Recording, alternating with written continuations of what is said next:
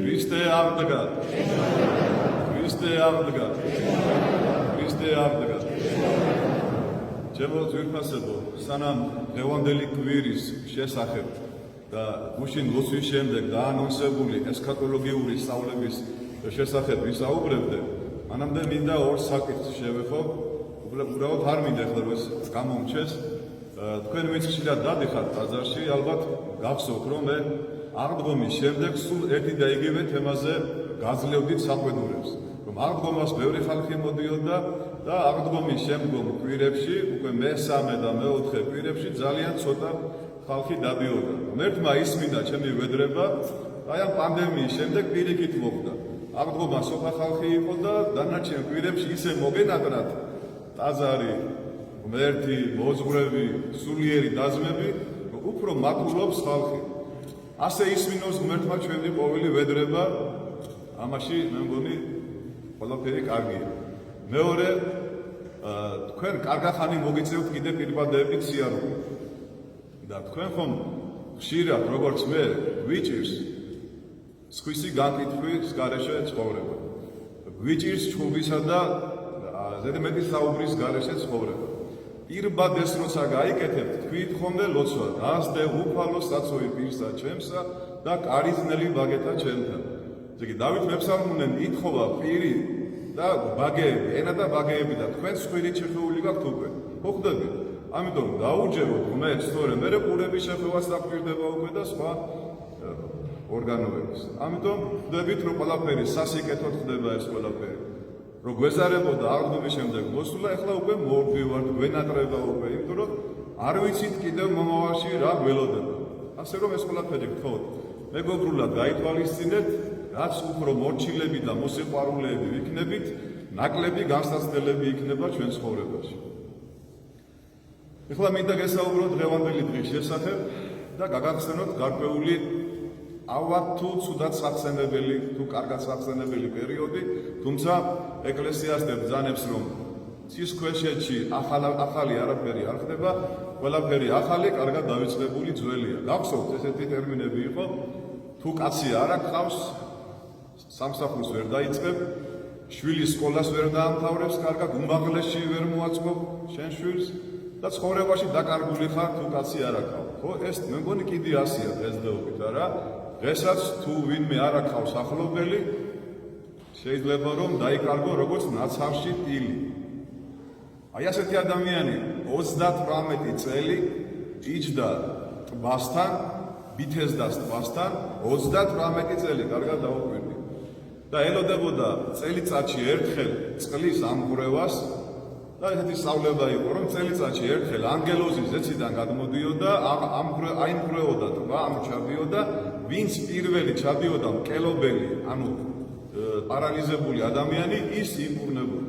ასე იჯდა ეს ადამიანი და ელოდებოდა ადამიანს, ვინც მას მიიყვანდა და წყალში ჩასვავდა, როცა ანგელოზი ჩამოვიდოდა.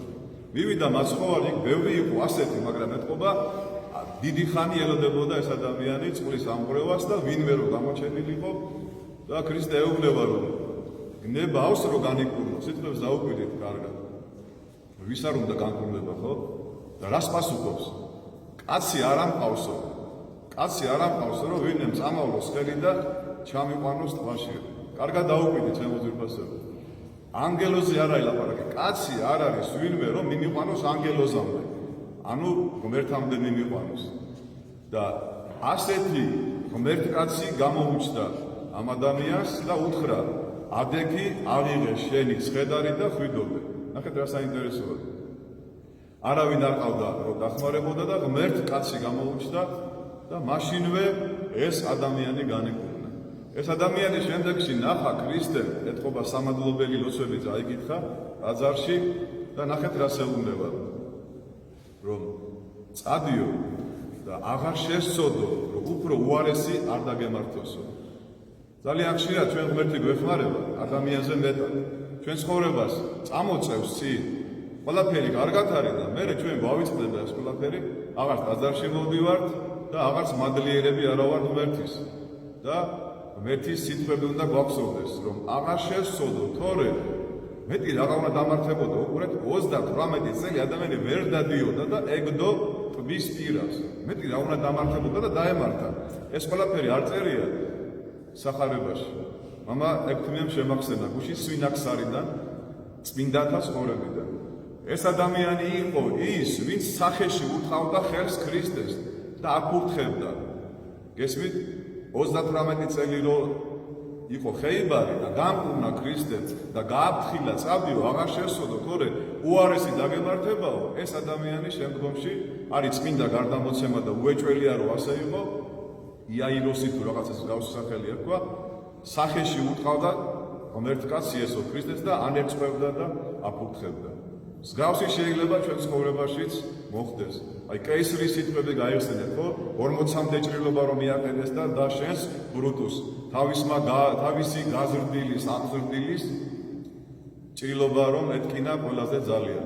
ეს ხო, დაიმახსოვრეთ კარგად, ხშირად შეიძლება ჩვენი მოძღვრების მიმართ, ჩვენი მშობლების მიმართ, ჩვენი პატრიარქის მიმართ და გარკვეული ამაგდარი ადამიანების მიმართ შეიძლება ჩავდივართ მსგავს სოდვას და ამიტომ ეკლესიამ განაჩინდა რომ დიდმარხვის მეოთხე კვირა იყოს განღვეულის კვირა. ეს კვირა გახსოვდეთ ყოველთვის, რომ ღმერთი არის ღმერთ კაცი, რომელმაც შენ წაგავლო ხელი და გითხრა ადექი აიღე შენი სხედარი და ხვიდოდე უფლის გზაზე, ჩემთან ერთად ხვიდოდე ეკლესიაში სიკეთი აკეთე, იყავი თავდაბალი და მოსიყვარული ადამიანი. ეს უნდა გვახსოვდეს ჩვენ ყოველთვის. და ახლა გადავდივარ მეორე თემაზე, რომელიც უფრო აქტუალურია და ვიცი რომ ძალიან ბევრ ადამიანს აინტერესებს.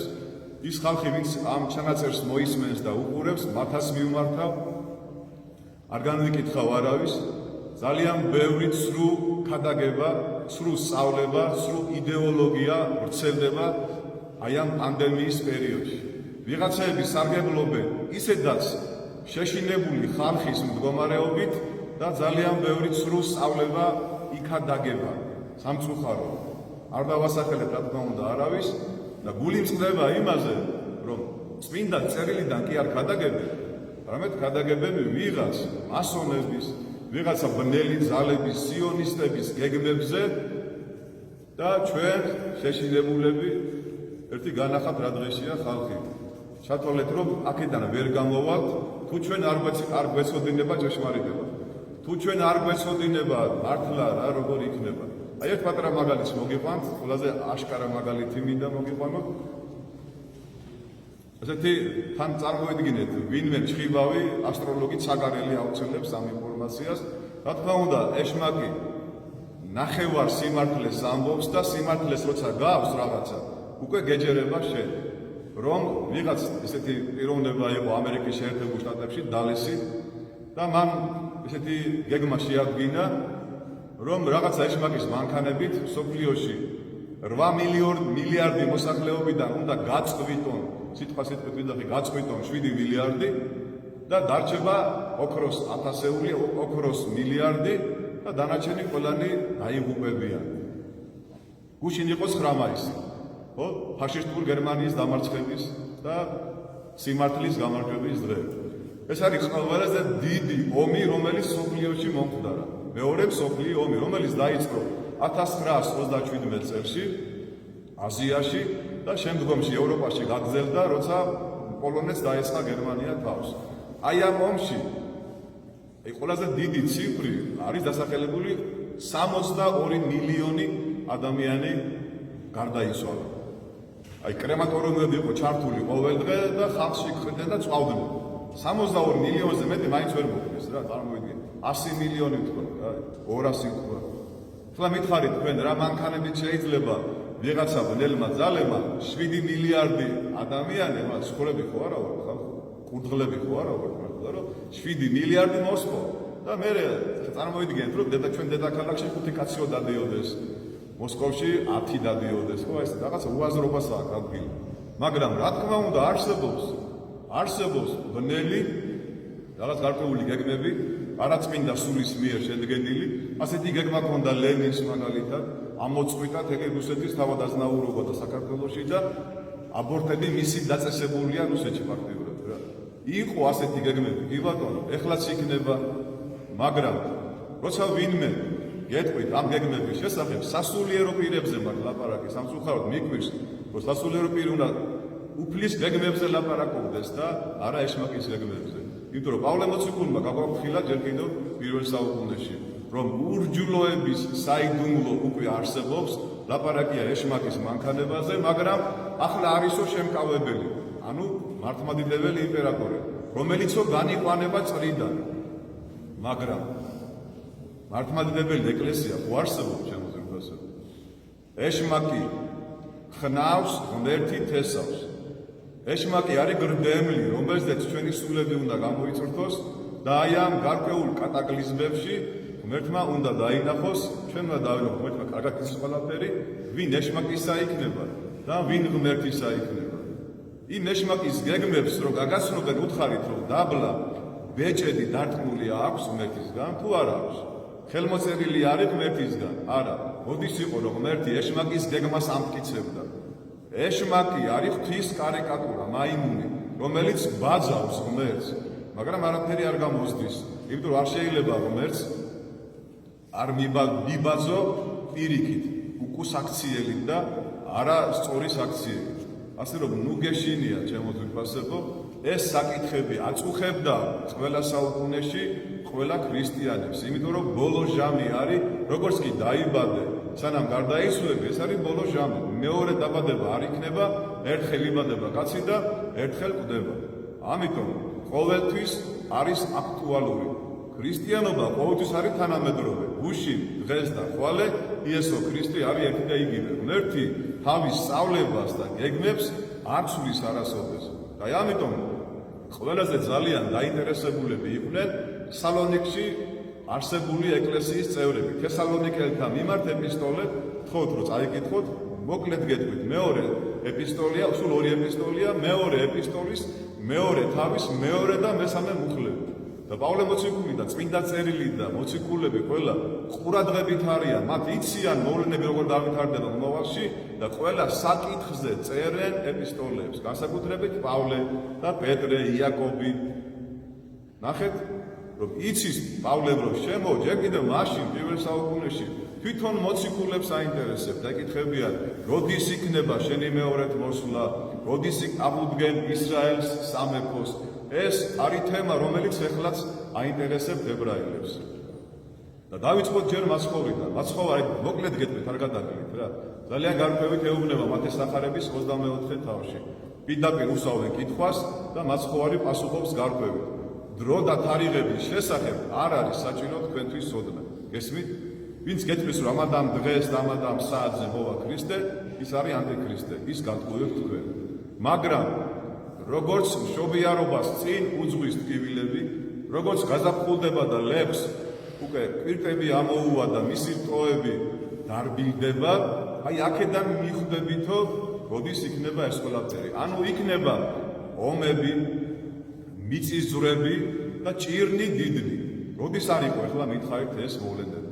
ყველა საუკუნეში იყო ომებიც, ყველა საუკუნეში იყო ეპიდემიებიც და ყველა საუკუნეში იყო ყველა უბედურება რაც არის. მაგრამ ეს კატაკლიზმები დაშვებულია ღმერთისგან, რატო იცით, რომ გავიგოთ ვინ არის ქრისტიანი და ვინ არის არაქრისტიანი, ვინ არის კარგი პატრიარქი, ვინ არის სუდი პატრიარქი, ვინ არის კარგი ეპისკოპოსი, ვინ არის სუდი ეპისკოპოსი, ვინ არის კარგი მღვდელი და ვინ არის სუდი მღვდელი.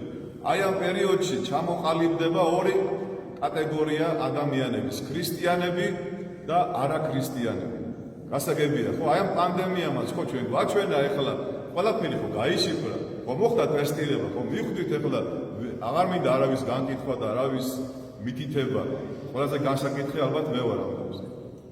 კარგად დაუკვირდით, რომ ეს კატაკლიზმები არის იმიტომ, რომ გამოჩნდეს ვინ არის.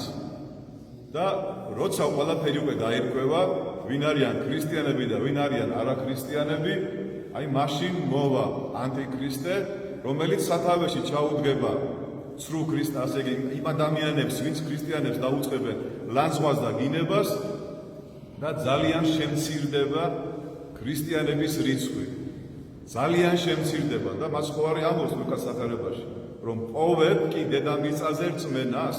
ანუ ძალიან ერთეული ადამიანები იქნებიან ჭეშმარიტი ქრისტიანები და სახარება სასუფეულის შესახებ ეკადაგება ყველა ხალხს. უყურეთ რა სამოს ქრისტე, როცა ყველა ადამიანი გაიგებს უკვე მერე სიმართლეს, რომ ჭეშმარიტება არის მართლმადიდებლობაში, ჭეშმარიტება არის ქრისტეში, მაშინ მოვა აღსასრული. უკვე ყველაფერი დალაგებული იქნება, ანტიქრისტე იქნება უკვე სოფლიო იმპერატორი, არავითარი ვირუსები აღარ იქნება, არავითარი ეკონომიური პრობლემები აღარ იქნება, იქნება მშვიდობა და სოლიდარობა და ზუსტად მაშინ მოვა ქრისტე, რო ეგონება ხალხს, რო გაიხარე მუშაო წამებულო, ყველაფერი კარგად არის ახლა, აი მაშინ მოვა აღსასრული. და არა მაშინ, როცა ჩვენ პირახეულები, შეშინებულები და სახლში ჩაკეტილები ვარ. უფრო დაწვრილებით ახლა ამოგეკითხავთ, რა ბრძნულად ბრძანებს პავლე მოციქული და თითქოს დღეს გვეუბნეოდეს ჩვენ თანამედროვე ქრისტიანებს. უფრო თანამედროვე ქართულად ამოვწერე. მეორე ეპისტოლე თესალონიკელთა მიმართ, მეორე თავის, მეორე მესამე მუხლები. იოლად ნუ შეძრწუნდებათ გონებით. ძალიან მარტივადო ნუ შეწუხდებითო, ნუ ინერვიულებთ და ნუ შეშფოთდებით. ხვდებით, როგორც ჩვენ ძალიან იოლად დაგვემართა ეს. ანუ ეს ადამიანს ძალიან იოლად ემართება. ნურც შეშფოთდებით, ნურც სულით, ნურც სიტყვით და ნურც ვინმეს ქადაგებით. რამე თუ არ მოვა იგი დღე, სანამ არ იქნება უდიდესი განდგომილება და არ მოვა უჯრედოების კაცი ანტიქრისტე. ესე იგი, ძალიან მალეო ნუ შეგეშინდებათო და ნუ აღშფოთდებითო. არ მოვა ის დღე, სანამ არ იქნება დიდი განდგომილება, მოხროების, ასე თქვა, პერიოდი იქნება ძალიან საზღარი. დანიელიც კი ამბობს ამას 600 წლით ადრე და აი ამ ყველაფერს მოყვებაო მერე ანტიქრისტე. მაგრამ მანამდე ეს არის მშობიარობის, ტკივილების დასაწყისი. და მგონი გასაგებია, ეს არის მართლმადიდებლური ეკლესიის ესქატოლოგიური სწავლება. სწავლება მეორედ მოსulis შესახებ. და ეხლა მე ვიცი რომ საუბარს ვიღაცები გამოეკომაგებიან და მე იმხელა ავტორიტეტი არ მაქვს რომ ჩემი დასკვნები დავდო. მინდა გითხრათ თითქმის ჩვენი თანამედროვე მამის გასული საუკუნის 90-იან წლებში მოღვაწეობდა იოანე კრესტიანკინი, რომელიც ამბობს აი დღევანდელი მოვლენების შესახებ ძალიან გარკვევით და მანამ წავიკითხავდე მის ქადაგებას, გეტყვით მამა ანტონ გულიაშვილი, ვიცნობ ამ ადამიანს კარგად და ძალიან მიყვარს ეს მოძღვარი, მაქვს ხოლმე მასთან გარკვეული საუბრები და ასეთი რამ მითხრა მან. საბჭოთა პასპორტები რო შემოვიდაო, გახსოვთ ხო? ნამგალი, ურო, პირდაპირ მასონური ემბლემები რო იყო იქ, ხო? წითელი პასპორტი და რა ვიცი, მოკლედ, ვისაც ხუდი ეხურა და კიდე სვარსულები რო ქონდა მემაგრებული და ძალიან შემეშინდაო. და იოანე კრესტიანკინი იყო მამა ანტონის მოძღვარი, 40 წელი. ჩავიდა, ახლა ხო ვერ დავრეკავდი, მაშინ მობილური და სკაიპი და რაღაცები არ იყო და ჩავიდა იოანე კრესტიანკინთან რუსეთში, მამა ანტონ გულიაშვილი და ეკითხება ახლა რომ საბჭოური პასპორტი ავიღო თუ არ ავიღო. და იუმორის გზნობა ჰქონდა მამა იოანე კრესტიანკინს და შეკითხა რომ დაუსიო, გაეცინაო და მითხრა რომ მე შენ მორწმუნე მგონი ხარო. ცოტა გავბრაზდიო, კაცო, როგორ ამდენხანია ვიცნობო და არ იცი რომ მორწმუნე ვარო. და კიდე ვეუბნებიო პასპორტი ავიღო თუ, კაცო, მე შენ რატო აკოლებ ხალხს, ეს ლაპარაკობ, ხალხი გისმენ შენო და შენ მართლა უწმუნო ხო არ გახდიო. და დავიბენიო და ხავი აღარ ამოვიღე და მითხრა რომ შვილო, თუ გულში ყავსო ქრისტეო, თუ გულში ყავსო და ქრისტიანი ხარო. რა პასპორტის გინდა იყო? რა უნდა გიყოსო იმ პასპორტმა შენ? რა უნდა გიყოს იმ ვაქცინაციამ, იმ რაღაცებმა? რა თქმა უნდა, თუ ეხლა მე ვიცი რომ ის ვაქცინაცია არ ვიცი რა არის და რომ გამიკეთებენ მოუკვდები არ უნდა გავიკეთო. მაგრამ აი უყურეთ რას ამბობს ხოლმე მე არ მინდა რომ ჩემი სიტყვებით გავაგრძელო ეს საუბარი რა. თანამედროვე ტექნოლოგიური საშუალებების არსებობის შესაძლებლობით ფარულადაც და განცხადებულადაც რომ აღნიშნონ ადამიანები ნომრებით, ჩიპებით და ბეჭდებით, მაგრამ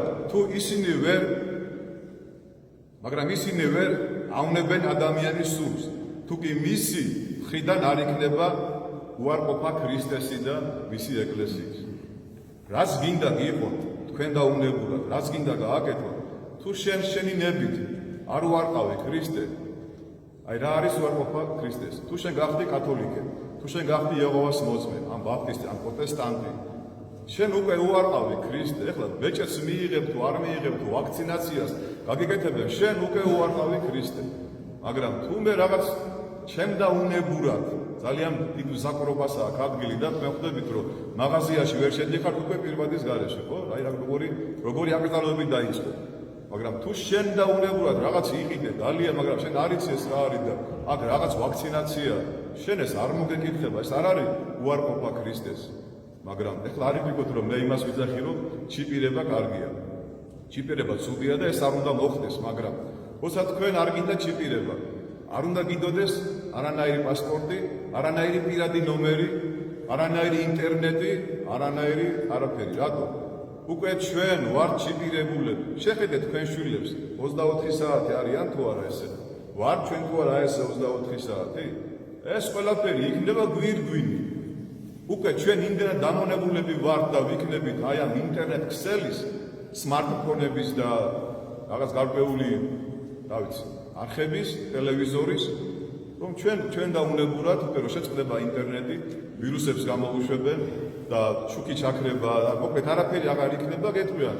ან მიიღებ შენ აი ამ ეხლა კოდირებას და ჩაგისვავენ ჩიპს და გექნება ინტერნეტიც, შეხვალ მაღაზიაში გამოყვალ იყიდი გაყიდი, ან კარგად იყავ. ან არ შეგეხვეწება. ისე შექმნიან პირობებს, რომ ჩიპის გარეშე ვერ იარსებენ. მაგრამ ნუ გეშინიათ, ეს ყველაფერი გაგრძელდება 3 წელიწადნახევარი. და 3 წელიწადნახევარი ადამიანს კი შეუძლია რაღაც კარტოფილის მარაგი ქონდეს, რაღაც ნაკვეთი ქონდეს და საპატრიარქოს თავის მაღაზიები ექნება, ეკლესიას თავისი რაღაც გარკვეული დოვლათი უნდა ქონდეს და როგორღაც ჩვენ გავძლებთ ამ ჩიპირების გარეშე. თუმცა ამაზე ფიქრი ჩვენ ეხლა უკვე უნდა დავიწყოთ. რატო? იმიტომ რომ ღმერთმა გაფრთხილება მოგცა. აი ეს კორონა პანდემია საყოველთაო ფსევდო სავარჯიშო არის ზუსტად ამისი გაფრთხილება, რომ გაიხსენე სოფელი რო გაქვს, გაიხსენე ძროხის მოწელვა, გაიხსენე ვაზის გასვლა, გაიხსენე ატმის შეწამვლა, ეს ყველაფერი გაიხსენე შვილო, თორე მერე ძალიან გვიან იქნება რომ გამოკეთილი დაждები კორპუსში და შეერწყურვალი გარდაიცვლება. არავინ არაფერს არ შეგეხვეწება. ყველაფერი იქნება ნებაყოფლობით. ამიტომ თუ გინდა რომ თავისუფალი იყო, მიწას უნდა ფლობდე, თოხნა უნდა იცოდე, გასვლა უნდა იცოდე, შრომა უნდა იცოდე. თორე თავისუფალი ვერ იქნები მონა. ხო ხვდებით რომ მთელი ქალაქი როგორ გაივსო მოსახლეობა, მთელი სოფელი გამოკეტეს კორპუსებში, ბეტონის შენობებში. ეს ყველაფერი არის მზადება. ადამიანი რომელიც ეხლა მე-7 სართულზე ცხოვრობს და იმას პურს აუკრძალა, შეერი მოკვდება. მაგრამ აი სოფელში რო იცხოვრებს, წავა და მხარს მოკრეფავს, ჭინჭარს მოკრეფავს, მოხარშავს და შეერი არ მოკვდება. ამიტომ ღმერთმა ჩვენს ქვეყანაში დაიბერტყა უხვი კალთა. ძალიან ახლოს არის ქალაქთან სოფლები, მე არ ვიძახი რომ წადით ქალაქიდან, მაგრამ იყავი ქალაქში, მაგრამ სოფელსაც მიაქციე ყურადღება. და შენ ვერ მოგერევა ვერავინ ვერაფერს ვერ გვიზავს შემოძვირფასებო, თუ ჩვენთან იქნება იესო ქრისტე, ჩვენს გულებში იქნება და ჩვენ მას არ უღალატებთ, იმიტომ რომ მან აგვაფრთხილა სოფელში ჭირი გექნებათ, მაგრამ მე მიძლევი ეს სოფელი ესე.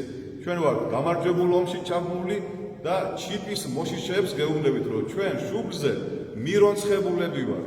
ჩვენ შუბლზე არის მირონი და სხვა ადგილი აქ არ არის ჩიპისთვის და რაღაც ბეჭდებისთვის და ასე შემდეგ. მაგრამ თუ შენ აი ამ მირონს შენი არასწორი ცხოვრებით გაიწმინდავ და გაიმშრალებ, მაშინ ჩიპის გარეშეც უკვე იქნები ეშმაკის მიმდევარი და უკვე დაბეჭდილი იქნები არასწორი ცხოვრების წესით. ღმერთმა დაგიფარო, ჩემოკარგებო, ღმერთმა დაიფაროს მთელი საქართველო. მე ვიცი რომ თქვენ ამ ყველაფერს გაითვალისწინებთ და გთხოვთ რომ თუ ვინმე შეშინებას დაგიწყებთ, უთხარით რომ წაიკითხონ კარგად წმინდა წერილი და განსაკუთრებით პავლე მოციქულის ეპისტოლე მეორე ეპისტოლე თესალონიკელებთან მიმართ. ჩვენთან არის ღმერთი.